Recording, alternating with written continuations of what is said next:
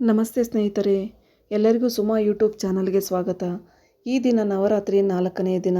ತಾಯಿ ನವದುರ್ಗೆಯ 4ನೇ ಅವತಾರವಾದ ಕೂಷ್ಮಾಂಡ ದೇವಿ. ಕೂಷ್ಮಾಂಡ ದೇವಿ ನಮ್ಮೆಲ್ಲರ ಬದುಕಿನ ಕತ್ತಲೆಯನ್ನು ದೂರ ಮಾಡುತ್ತಾಳೆ, ನಮ್ಮೆಲ್ಲರ ಬದುಕಿಗೆ ಬೆಳಕನ್ನು ನೀಡುತ್ತಾಳೆ. ಕೂಷ್ಮಾಂಡ ದೇವಿಯನ್ನು ಆದಿಶಕ್ತಿ ಎಂದು ಕರೆಯಲಾಗುವುದು.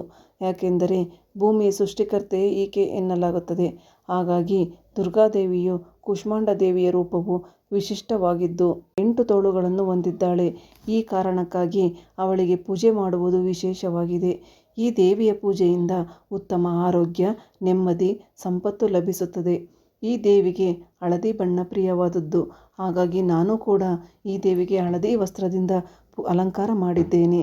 ಕೂಷ್ಮಾಂಡ ದೇವಿಗೆ ಬಿಳಿಯ ಬಣ್ಣದ ಹೂಗಳಿಂದ ಪೂಜೆ ಸಲ್ಲಿಸಿದ್ದೇನೆ. ಕೂಷ್ಮಾಂಡ ದೇವಿಗೆ ಬೆಲ್ಲದಿಂದ ಮಾಡಿದ ಸಿಹಿಯನ್ನು ನೈವೇದ್ಯಕ್ಕೆ ಅರ್ಪಿಸಿದ್ದೇನೆ.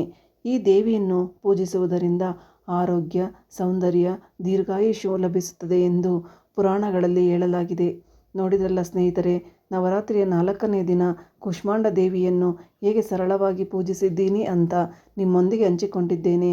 ನನ್ನ ವಿಡಿಯೋ ನೋಡಿದ ಪ್ರತಿಯೊಬ್ಬರಿಗೂ ಧನ್ಯವಾದಗಳು ಸ್ನೇಹಿತರೆ.